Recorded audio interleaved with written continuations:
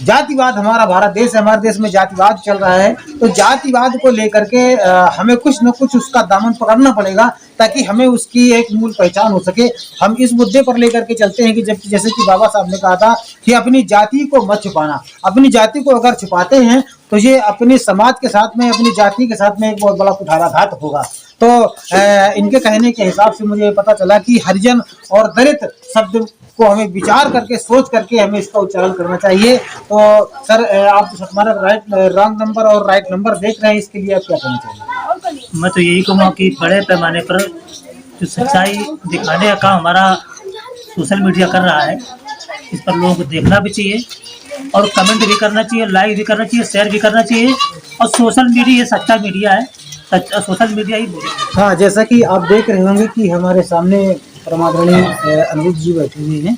तो हालांकि इनका हमारी इनकी कई बार मुलाकात हो चुकी है, ये भी पूरा नाम हम नहीं जान पा रहे हैं। तो महोदय, अपना पूरा नाम बताइए, अपना नाम क्या है? जी, मेरा नाम सीधे अनिरुद्ध सिंह निषाद है और मैं एक सोशल वर्कर हूँ, सामाजिक शुभचिंतक भी हूँ, लेखक भी हूँ और रिसर्चर भी हूँ। जी, तो मतलब किस साइड पे लेखनी चलाते हैं आप, क्या लिखते हैं? इस देश में अमन चैन शांति है और देश में जो लोगों पर बहुत सारी जुल्म ज्यादती होती है, उस पर मैं लिखता हूँ और रिसर्च भी करता हूँ। अच्छा, तो आप ये बताएंगे कि इसके अलावा और भी आप क्या करते हैं? समाज के शुभचिंतक हैं आप, समाज में किस तरह से क्या कार्य करते हैं? दरअसल समाज जो असंगठित समाज है, असंगठित समाज होने की वजह से देश में लोगों के साथ में जो जुल्म ज्यादती हो रही है, उसके तहत लोगों को जगाने का काम लोगों को करना चाहिए। जो जानकार लोग हैं उन्हें लोगों को जगाना चाहिए। ये काम मैं कर रहा हूँ, बड़े पैमाने से कर रहा हूँ, बहुत दिनों से कर रहा हूँ, ये सभी को करना चाहिए। चलिए, बहुत बहुत धन्यवाद। और मैं आपसे ये जानना चाहूँगा कि जैसे आप समाज में काम कर रहे हैं, तो दो शब्द आते हैं हमारे समाज में। एक शब्द आता है हरिजन और एक शब्द आता है दलित। तो दलित और हरिजन में क्या फ़र्क है? मुझे दलित कहना चाहिए या नहीं कहना चाहिए? हरिजन कहना चाहिए कि नहीं कहना चाहिए?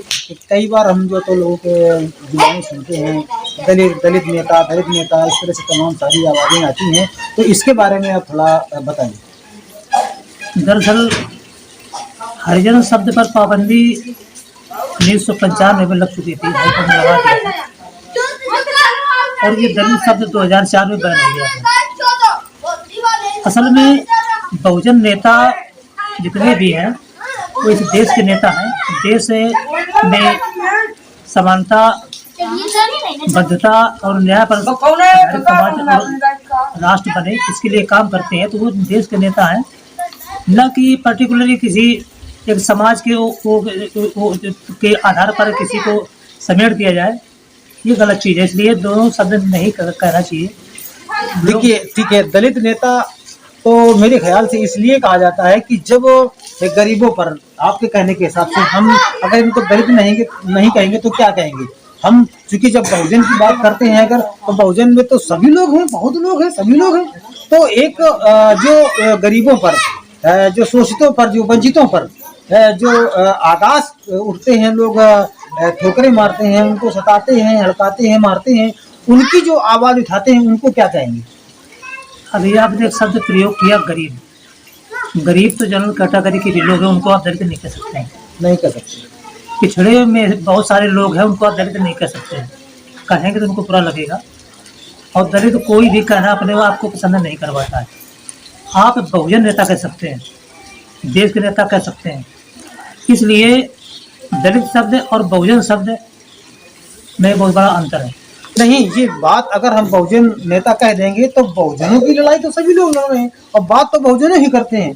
मगर बात जैसे अब हम इस जगह पर जैसे बहन जी हो गई, हाँ, तो इनको भी दलित नेता कहा गया। अब इस समय चंद्रशेखर भैया है तो इनको भी दलित नेता कहा जा रहा है। तो अगर इनको दलित नेता नहीं कहेंगे तो हम क्या कहेंगे? आप बताइए, कैसे स्पष्ट कर पाएंगे कि गरीबों, वंचितों की, दलितों की कौन लड़ाई लड़ रहा है और इनकी आवाज़ जो उठा रहा है वो कौन उठा रहा है? इनको फिर हम क्या कहेंगे? ऐसा है कि ये शब्द दिया है दूसरे लोगों ने, ये हमारे लोगों ने शब्द नहीं दिया है। कहीं भी आप पूरे देखो, पूरा देश चलता है संविधान से। संविधान से बड़ा कोई नहीं है। राष्ट्रपति भी है, हम मानते हैं कि देश का प्रथम नागरिक होता है, लेकिन उससे बढ़ करके संविधान है।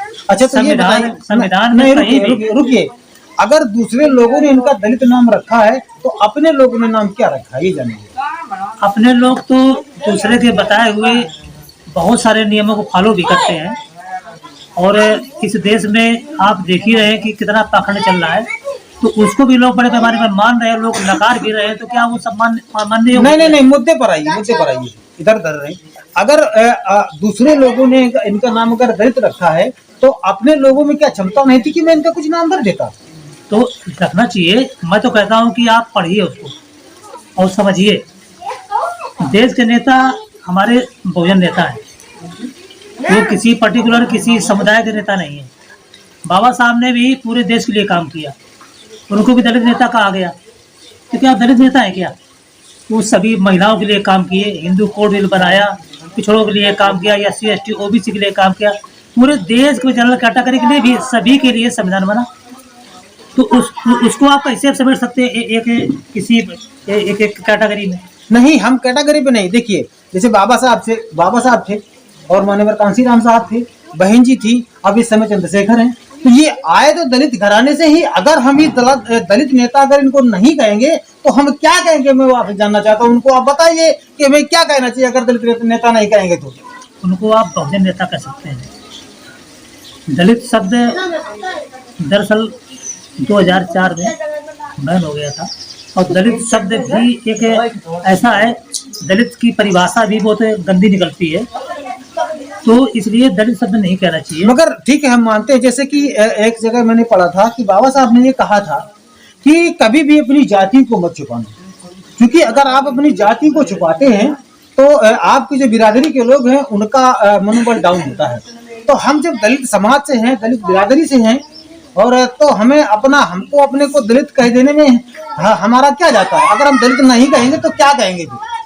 संविधान में कैटेगरी है, SC ST OBC और जनरल, कहीं भी दलित शब्द प्रयोग नहीं है।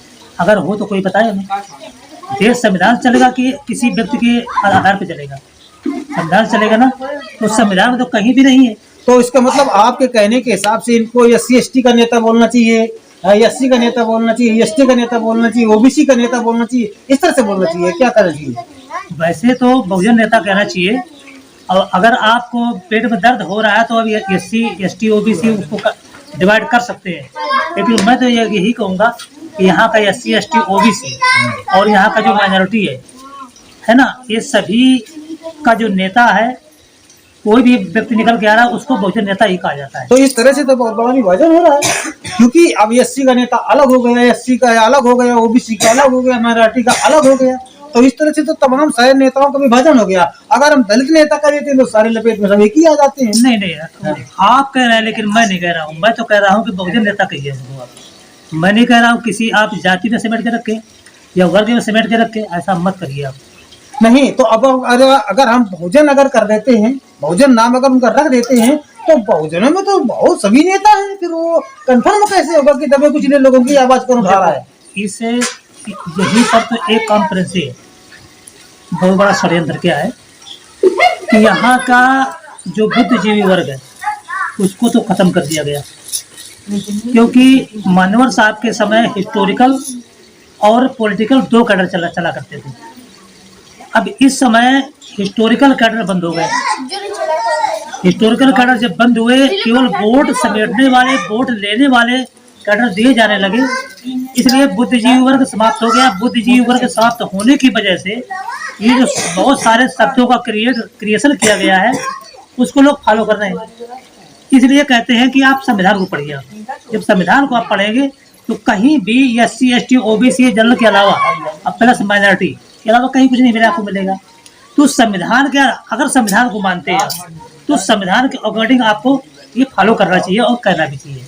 ये कहना है। अच्छा, तो जैसे कि आपने कहा कि हमारे बुद्धिजीवी लोगों का जो शोषण हो रहा है या उनको मनोबल गिराया जा रहा है, उनको खत्म किया जा रहा है, तो हमें तो कुछ ऐसा महसूस नहीं हो पा रहा है कि ये बुद्धिजीवी वर्ग हमारा खत्म हो रहा है। अगर बुद्धिजीवी वर्ग हमारा खत्म हो जाएगा तो ये जिसको आप बहुजन समाज बोल रहे हैं, SC ST OBC माइनॉरिटी बोल रहे हैं, ये जीरो नहीं हो जाएगा। तो ये जीरो कहाँ हो रहा है? लड़ाई तो बराबर लड़ रहा है, संघर्ष तो बराबर कर रहा है। क्या कहाँ कौन सा ऐसा बुद्धिजीवी वर्ग है जो डाउन हो गया? आप बताइए। देखिए, इसी वजह से अब आप देखते होंगे कि हमारे जो भी कार्यक्रम होते हैं उनकी आप भीड़ देख लीजिए और अदर पार्टियों की भीड़ देख लीजिए। जो भी जातिवादी, मनुवादी, ब्राह्मणवादी पार्टियां हैं, संगठन है, उनमें जो भीड़ जाती है, अगर बुद्धिजीवी वर्ग होता बड़े पैमाने पर तो ये बिकने वाला काम नहीं करते। ये भीड़ वहाँ जाती है, किराए पर भी भीड़ नहीं मिलने वाली थी। बुद्धिजीवी वर्ग साथ होने की वजह से हर व्यक्ति का जो काम कर रहा है वो केवल एक फॉर्मेलिटी अदा कर रहा है। वो अपना काम समझ के नहीं कर रहा है कि मैं जो कर रहा हूँ वो आगे आने वाली पीढ़ियों को बचाने के लिए काम करना चाहिए मुझे, इसके लिए वो काम नहीं कर रहा है। अगर बुद्धिजीवी वर्ग जब था तो लोगों के पास साधन संसाधन कम थे, लेकिन साधन संसाधन कम होने में कोई भी किसी व्यक्ति ने ये नहीं कहा कि हमारे पास साधन नहीं है, मुझे कर नहीं पाएंगे। लोगों ने पैदल चले, साइकिल से चले, और हुआ यहाँ पर 4 बार सत्ता भी रही बहन जी की। तो वही कारण था, उस समय बुद्धिजीवी वर्ग पैदा किया गया था। और जब तक आप बुद्धिजीवी वर्ग पैदा नहीं करेंगे तब तक आप व्यवस्था जो यहाँ पर है इस देश में, उस पर आप कब्जा नहीं जमा पाएंगे। अच्छा, तो ये बताइए, बुद्धिजीवी वर्ग पैदा कौन करेगा? कौन कर सकता है बुद्धिजीवी वर्ग? बुद्धिमान लोग को कौन पैदा करेगा? कहाँ से पैदा होंगे, कहाँ से आएंगे? देखो, जितनी भी हमारे हिस्ट्री हमारी है, हमें जो हिस्ट्री आज पढ़ाई जा रही है, चाहे वो स्कूलों के माध्यम से हो, चाहे वो कथाओं के माध्यम से हो, वो आप जानते ही हैं कि उसमें कोई दम नहीं है। नहीं, दम क्यों नहीं है? क्यों दम नहीं है भाई? देखिए, जो कथावाचक हैं वो आते हैं, हाँ, वो पुराना अपना इतिहास बताते हैं, ये बुद्धिजीवी वर्ग ही तो है। अब जैसे चंद्रशेखर है, इस समय काम कर रहे हैं, तो ये शोषितों वंचितों के लिए लड़ाई लड़ते हैं। जो लोग सताए जाते हैं, हाँ, वो किसी भी धर्म का हो, किसी भी मजहब का हो, अगर चंद्रशेखर के पास में अगर कोई जाता है तो वो उनकी आवाज को सुनते हैं। जैसे अभी मोनालिसा के ऊपर जो तो बम्बई में मुसीबत डाली गई, उसको सताया गया, मारा गया, और वहाँ चंद्रशेखर पहुंचे। तो इस तरह से अब ये मोनालिसा जो है, तो ये भी माइनॉरिटी पे आती है, या SC में आती है, OBC में, किसी भी में आती हो, तो कोई व्यक्ति अगर सताया जा रहा है तो हाँ, अगर चंद्रशेखर को हम बुद्धिजीवी नहीं कहेंगे तो क्या कहेंगे? हम ये नहीं कह रहे कि पूरा बुद्धिजीवी वर्ग समाप्त हो गया, लेकिन बड़े पैमाने पर कम हो गया, बहुत कम हो गया। अभी नए निकल के नहीं आ पा रहे हैं। आप किसी भी संगठन पार्टी में देखिए, आप जो बुद्धिजीवी वर्ग अगर होगा बड़े पैमाने पर, तो उस संगठन और पार्टी में एक ही व्यक्ति का चेहरा नहीं चमकेगा, वहाँ पर कई चेहरे निकल कर आ जाएंगे। आप देखते होंगे कि किसी भी संगठन, जो बहुजन संगठन पार्टियां हैं, उनमें रेयर 2, 3, 4 लोगों का केवल ही नाम चलेगा, बाकी तो क्राउड बनकर रहते हैं। बुद्धिजीवी वर्ग क्राउड नहीं होता है, वो भीड़ का हिस्सा नहीं होता है, वो समाज का निर्माण करता है। और जब तक समाज का निर्माण नहीं होगा तब तक भीड़ तो आप इकट्ठा कर लेंगे, लेकिन भीड़ को खत्म करने का काम अगर दूसरा व्यक्ति करेगा तो बड़ी जल्दी कर सकता है। अच्छा, तो ये इसमें जैसे कोई बुद्धिजीवी व्यक्ति अगर उभर करके सामने नहीं आ रहा है तो इसमें कमी किसकी है? कमी तो हमारी है ना, क्योंकि हमारा व्यक्ति बुद्धिजीवी नहीं बन पा रहा है और बुद्धिजीवी बनकर उभर करके सामने नहीं आ पा रहा है, तो इसमें किसी के ऊपर दोष तो नहीं लगाया जा सकता है। देखिए, कोई भी संगठन या पार्टियां ये अलग अलग हुआ करती हैं, सामाजिक मुद्दों को लेकर के संगठन काम करते हैं, और संगठन ही बुद्धिजीवी वर्ग को पैदा करता है, संगठन ही विचारधारा का निर्माण करता है। कोई भी पार्टी के पास अगर विचारधारा नहीं है या संगठन नहीं है तो वो पार्टी कभी भी सत्ता पर अगर आ भी जाएगी तो दीर्घकाल नहीं रह सकती है। इसलिए संगठन का काम है बुद्धिजीवी वर्ग को निर्माण करना, और पार्टियों का काम है नेता पैदा करना। अच्छा, तो इसका मतलब इस समय जो संगठन है वो संगठन गद्दारी कर रहा है, वो बुद्धिजीवी वर्ग बना रहे, बुद्धिजीवी व्यक्ति को पैदा नहीं कर पा रहा है, वो बना नहीं पा रहा है, तो इसमें संगठन की कमी है कि समाज की कमी है? मैंने पहले भी बताया था कि हिस्टोरिकल कैडर बंद कर दिए गए और पॉलिटिकल वोट बटोरने वाले कैडर चालू कर दिए गए, तो हमें हिस्टोरिकल कैडर भी शुरू कर देना चाहिए, जिससे कि बुद्धिजीवी वर्ग का निर्माण हो और लीडरशिप तैयार हो। अच्छा, तो ये हिस्टोरिकल जो कैडर जो बंद किए गए, तो किसी ने बंद किया? बंद करने की अगर बात कहें तो इनके जो राष्ट्रीय अध्यक्ष है इनकी लाइबिलिटी बनती थी, और जब तक बुद्धिजीवी वर्ग निर्माण नहीं हुआ, निर्माण करने की जो सिस्टम था उसको कम कर दिया गया, बहुत बड़े पैमाने पर कम कर दिया गया। अगर कम किया गया तो इसको शुरू कर देना चाहिए। मैं नहीं कह रहा हूँ कि किसने क्या किया है, लेकिन इसका काम मुझे जो आंखों से दिख रहा है, मैंने जो एनालिसिस किया है, रिसर्च किया है, देख कर घूमा है और उस पर मैंने जांच की है, तो उसमें बुद्धिजीवी वर्ग बहुत कम बहुत कम है।